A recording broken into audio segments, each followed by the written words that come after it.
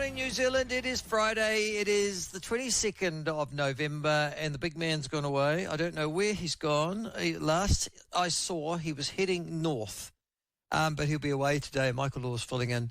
I think Duncan's pulling my shift from 10 to 1, and then obviously Leah this afternoon. I think Sean did say, as he was heading north, something about the Broadcasting Standards Authority.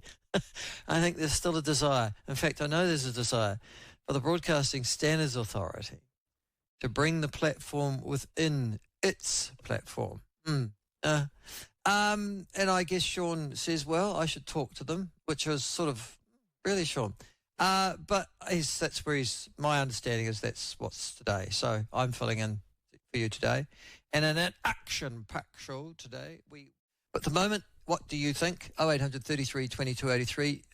Cliff, welcome to the show. Good morning to you. Cliff or John? John. John, sorry, John.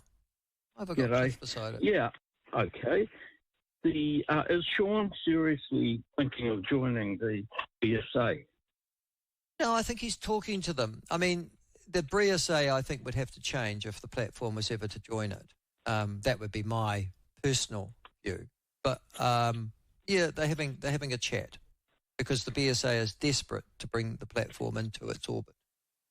I know that. Yeah, I've received that conversation from the chairperson of the BSA personally. I think there'd be a few platform listeners who wouldn't mind joining the BSA because there's a bit of a consensus to shut people up talking about immigration. Well, it wouldn't just be immigration. The Broadcasting Standards Authority don't like you talking about anybody really in a pejorative or in a slightly critical tone. Yeah, I know, but I think immigration is the big issue. That's really? So you're looking around Trump. The whole of New Zealand at the moment, John, seriously, and you're telling me that the immigration is the big issue? Well, it's the thing you're not allowed to talk about, isn't it? I mean, Bishop can get up and talk about how he's solving our housing problems, and immigration never comes into it. It's always land supply and stuff like that. Well, let me just think about that. I don't think it helps, but do you think now immigration's the problem or immigration's the problem? The large number of New Zealanders who are leaving. Well, they're leaving because for better opportunities, but also because we've trashed this country. As Duncan says, we've ruined paradise. Oh, I'm struggling to remember paradise. I don't remember that. I've never lived in that place in my 60-odd years. Well, it was it's like Austin Mitchell said, New Zealanders left, but they always come back because we had I forget what he called it, but it was a nice place to bring up children. I think he called it the half-gallon, quarter-acre Pavlova paradise. Oh, yeah, that. But he said more than that. Mind you, he was a Labour MP. So, good on you, John. Thanks very much. What do you think? 0800 33 22 83.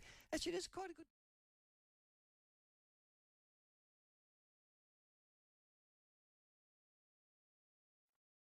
New Zealand, the politicisation of immigration, January the 1st, 2003, by Richard Bedford. Contemporary issues. The politicisation of immigration in New Zealand has contributed to a growing public ambivalence about immigration and its contribution to the development of New Zealand's society and economy.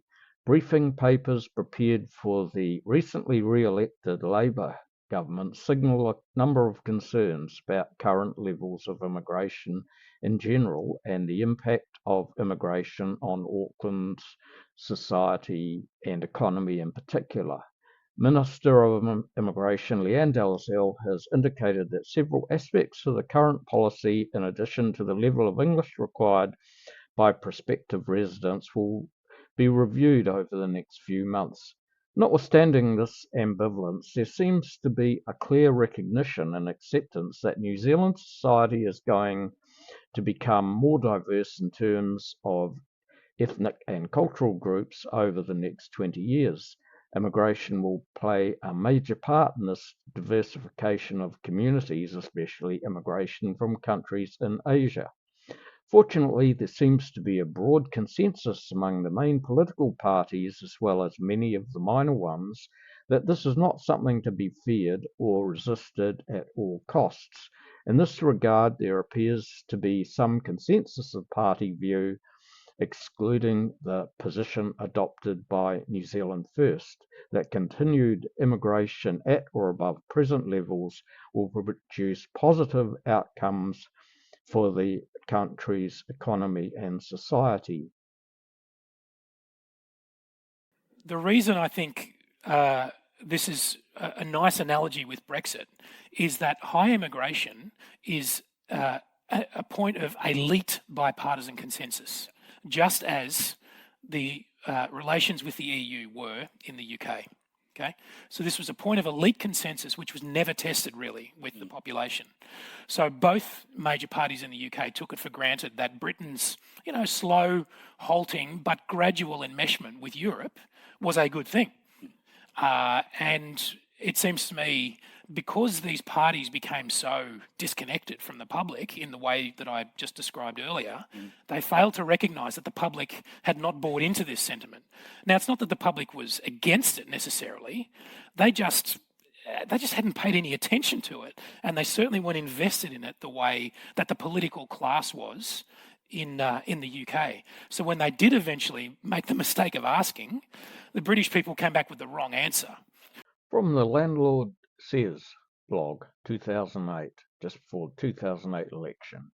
Meanwhile, the National Party released its immigration policy.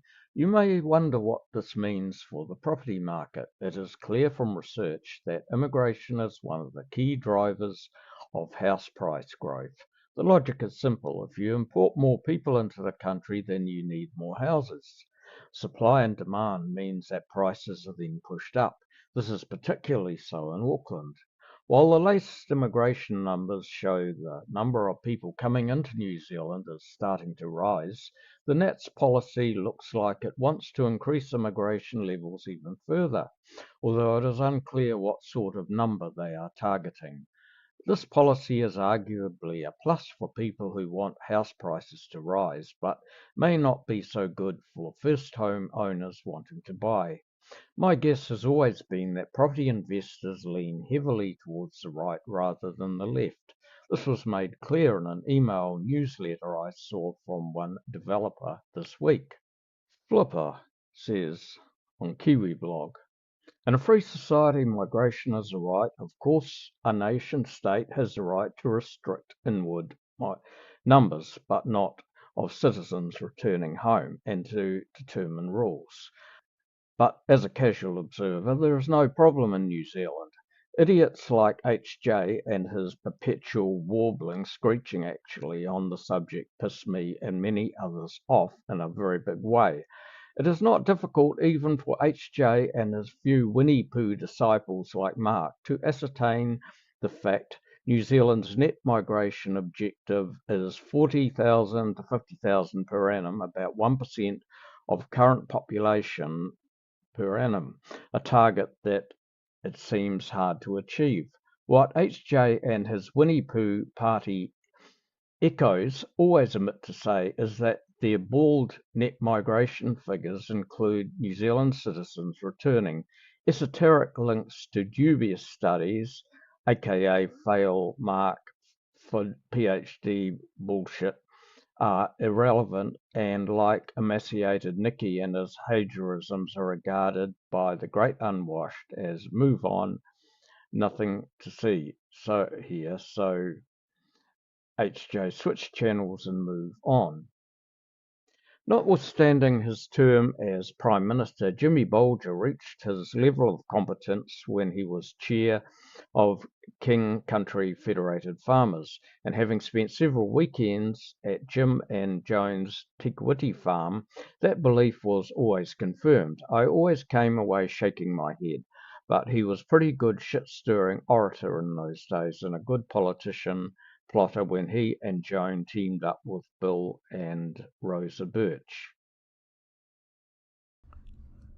This is from Treasury Paper 1410. Changing Policy Expectations. While useful, models do not capture all the effects policymakers expect from immigration.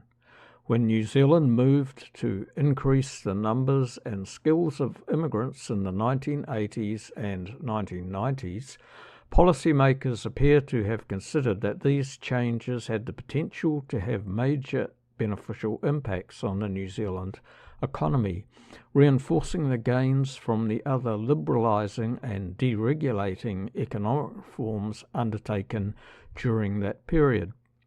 At that time, it was considered that skills-focused inward migration could improve growth by bringing in better quality human capital and addressing skills shortages, improve international connections and boost trade, help mitigate the effects of population ageing, and have beneficial effects on fiscal balance, as well as replacing departing New Zealanders and providing particular help with staffing public services, for example medical professionals. It was believed that migration flows could be managed so as to avoid possible detrimental effects such as congestion or poor economic prospects for New Zealanders. Since then, New Zealand has had substantial gross and net immigration, which has been relatively skill-focused by international standards. However, New Zealand's economic performance has not been transformed. Growth in GDP per capita has been relatively lackluster, with no progress in closing income gaps with the rest of the advanced world, and productivity performance has been poor. It may be that initial expectations about the potential positive net benefits of immigration were too high. Based on a large body of new research, evidence, and practical experience, the consensus among policymakers now is that other factors are more important for per capita growth and productivity than migration and population growth.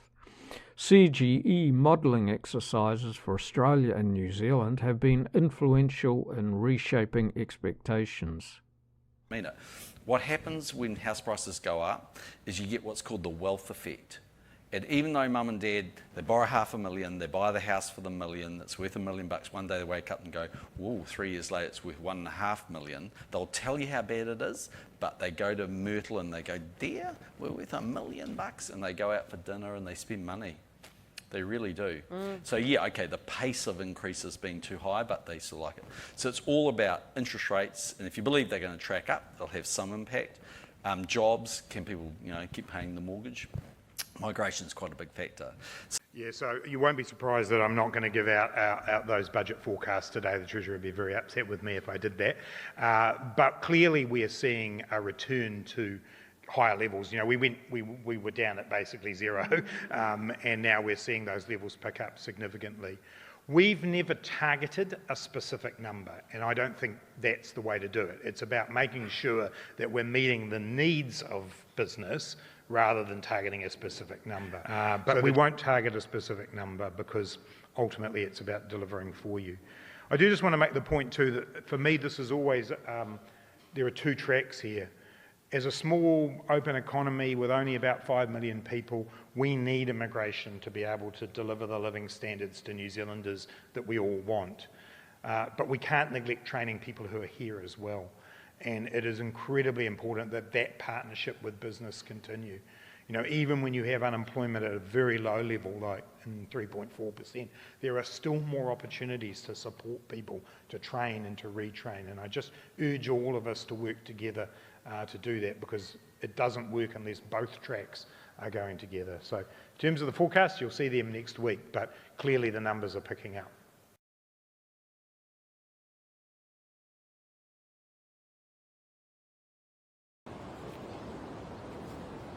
The half gallon's gone, the quarter acre shrunk, and New Zealand's changed. It's changed so the easy generalisations don't fit. It's been Americanised, it's been suburbanised, it's been feminised, it's been consumerised. In fact, it's much more now a part of the universal anywhere than something unique in itself. But the world's changed too. The world's shrunk. More people come here to enjoy New Zealand, more New Zealanders go overseas. Some still to pursue career ladders, not now to the UK, but to anywhere. But most of them come back. And they come back now with the old diffidence gone. There's a confident feeling that New Zealand is a good place, a superior feeling almost. And it's a good place because it's a small society. Small is beautiful in this overcrowded world. And it's a small society in the most beautiful part of that world. A good place to grow up, a good place to bring up kids, a good place for living the good life, a machine for the pursuit of happiness. But the paradise part of my original title still remains true, or at least this. It's as close an approximation to paradise as we're going to get in this troubled, overcrowded world. New Zealanders are a privileged people. Personally, I wish that I was young enough to enjoy that privilege with them.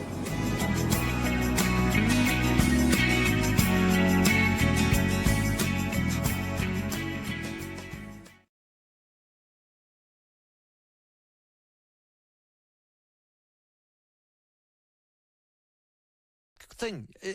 I often say to my wife, Josh, if I could travel, she said, where do you want to go for a holiday? And I go, do you want to go to South America? Been there. Do you want to go to the United States? Get shot. Do you want to go to Canada? No, too woke. Do you want to go to Europe? I like Europe. Quite like to go to Eastern Europe, but just at the moment. So, do you want to go to Africa? No. So, there's a lot of those. But if I could travel anywhere for a holiday, do you know what I'd like to do, Josh? I'd like to go back 60 years. I'd like to plonk us back into 1964, Josh. That would be interesting, isn't it? Yeah, I can imagine you being into that, actually. 1974 would be good. 84, 94, 2004, 54, 44. I'd like to just go back, and go, okay, so what was it? Were we living in paradise in 1964, for example, or 1984, 2004, 1944, 1924? AC word. Do we take on the view that the past was wonderful because we've forgotten all the bad stuff? A bit like going back to a school reunion, isn't it? You're drawn back to a school reunion once you get to 40. Josh, you're too young to go to a school reunion, can I tell you? You know why you're too young to go? Because you've still got memories of school, Josh, your memories are still there, and you've still got those bad memories. Well, you couldn't pay me to go to a school reunion. Well, when you turn to 40, Josh, all those bad memories start to recede.